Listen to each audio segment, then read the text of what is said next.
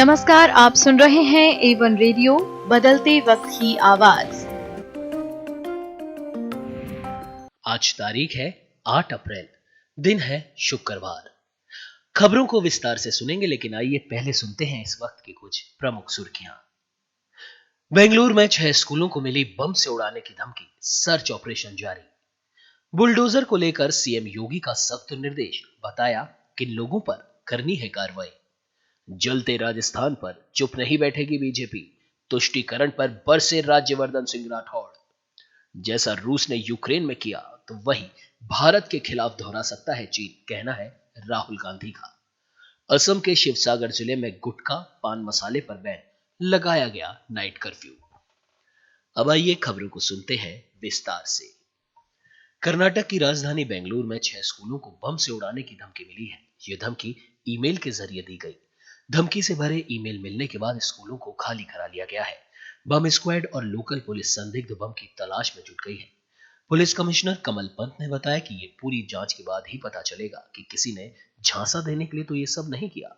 जिन स्कूलों को धमकी मिली है वो है बेंगलुरु ईस्ट में डीपीएस, महादेवपुरा का गोपालन इंटरनेशनल स्कूल, मराठा हल्ली का ही न्यू एकेडमी स्कूल, गोविंदपुरा का इंडियन पब्लिक स्कूल।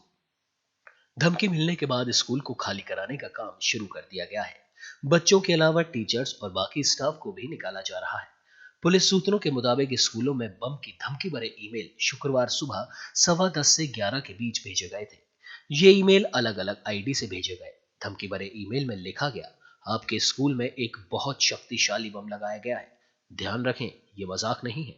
बहुत ताकतवर बम स्कूल में है, तुरंत पुलिस को बुलाओ। सैकड़ों जिंदगियां प्रभावित हो सकती हैं, जिनमें आपकी जिंदगी भी शामिल है। देर मत करो, अब सब कुछ तुम्हारे हाथ में है। उत्तर प्रदेश के मुख्यमंत्री योगी आदित्यनाथ ने अफसरों को सख्त निर्देश दिए हैं कि किसी गरीब की झोपड़ी और दुकान पर बुलडोजर ना चलाएं। बुलडोजर सिर्फ पेशेवर माफिया, दुर्दांत अपराधी और माफियाओं की अवैध संपत्ति पर ही चलाए जाए। उन्होंने कहा कि ऐसे माफिया जिन लोगों ने कमजोरों और व्यापारियों की संपत्ति पर अवैध कब्जा कर लिया हो, सिर्फ उनके ही खिलाफ कार्रवाई की जाए। किसी को बेवजह परेशान ना किया जाए। अपराध और अपराधियों के प्रति जीरो टॉलरेंस और गरीबों के प्रति संवेदनशीलता को लेकर योगी सरकार आगे बढ़ रही है। दूसरी पारी में भी योगी आदित्यनाथ ने इसी सिद्धांत को प्रशासन में आगे बढ़ाया है। जहां एक और गरीब कल्याण योजनाओं को नई तेजी से लागू करना शुरू किया, तो वहीं दूसरी ओर अपराधियों पर लगाम कसने में कोई कसर नहीं छोड़ी। बीजेपी सांसद राज्यवर्धन सिंह राठौड़ ने कांग्रेस सरकार पर निशाना साधा। राज्यवर्धन सिंह राठौड़ ने कहा कि जलते राजस्थान पर बीजेपी चुप नहीं बैठेगी। राजस्थान के अंदर आग लगी पड़ी है।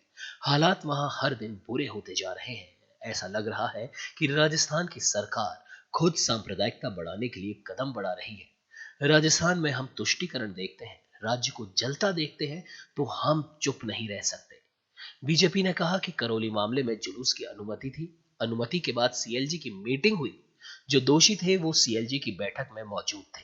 उसके बाद जो हुआ वो आप सभी के सामने है। राजस्थान में जिस तरह से तुष्टीकरण की राजनीति अशोक गहलोत कर रहे हैं, उससे ऐसा लगता है कि राजस्थान में तालिबानी शासन है। बीजेपी प्रदेश अध्यक्ष डॉक्टर सतीश पूनिया ने कहा कि पिछले 3 साल का ट्रैक रिकॉर्ड देखेंगे तो पाएंगे राजस्थान में बहुसंख्यक अपने त्योहार मनाने में भी हिचकते हैं। उन्हें डर लगता है और इसके अनेकों उदाहरण हैं। वो द कश्मीर फाइल्स को देखने से लोगों को रोकने के लिए धारा 144 का इस्तेमाल कर रहे हैं। कांग्रेस नेता राहुल गांधी का कहना है कि जिस तरह रूस ने यूक्रेन पर अटैक किया और उसके कुछ इलाकों पर अपना दावा किया, वैसा ही भारत के खिलाफ चीन भी कर सकता है। जेडीयू के पूर्व अध्यक्ष शरद यादव से मुलाकात के बाद राहुल गांधी ने ये बात कही। कांग्रेस नेता ने कहा कि रूस का कहना है वो यूक्रेन की संप्रभुता को स्वीकार नहीं करता। वो यूक्रेन के डोनेट्स्क और लुहांस्क क्षेत्रों को उसका हिस्सा ही नहीं मानता। इसी आधार पर रूस ने यूक्रेन पर हमला कर दिया। आखिर उसका उद्देश्य क्या है? वो यूक्रेन, नाटो और अमेरिका के गठबंधन को तोड़ना चाहता है।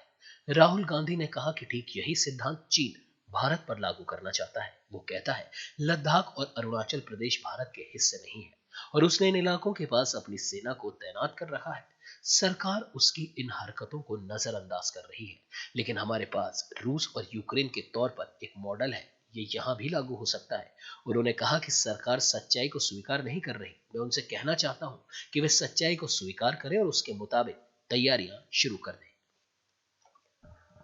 असम के शिवसागर जिले में प्लास्टिक से बने गुटखा, पान मसाला और कैरी बैग की बिक्री पर प्रतिबंध लगा दिया गया है। यह प्रतिबंध 50 माइक्रोन से कम के प्लास्टिक से बने सामानों पर रहेगा। डिस्ट्रिक्ट मजिस्ट्रेट के अनुसार 50 माइक्रोन से कम के प्लास्टिक से बने गुटखा, पान मसाला और कैरी बैग की बिक्री पर बैन है। अब जिले में इस तरह के प्लास्टिक से बने उत्पादों की बिक्री नहीं होगी। तो वहीं असम नागालैंड सीमा पर शाम 6 से सुबह 6 बजे तक नाइट कर्फ्यू लगा दिया गया है। ये कर्फ्यू सीमा से 5 किलोमीटर के दायरे में रहेगा। इसकी जानकारी डिस्ट्रिक्ट मजिस्ट्रेट ने दी। इसके साथ ही चरमपंथी और आपराधिक गतिविधियों को देखते हुए अगले 60 दिनों के लिए धारा 144 लगा दी गई है। यह फैसला शिवसागर जिले में लागू होगा। इस दौरान केवल 60 वर्ष से अधिक उम्र की महिलाओं और 12 वर्ष से कम उम्र के बच्चों को छूट रहेगी। इनके अलावा 5 से अधिक लोगों के इकट्ठा होने, दोपहिया वाहनों पर पीछे बैठने वालों को भी अनुमति नहीं होगी।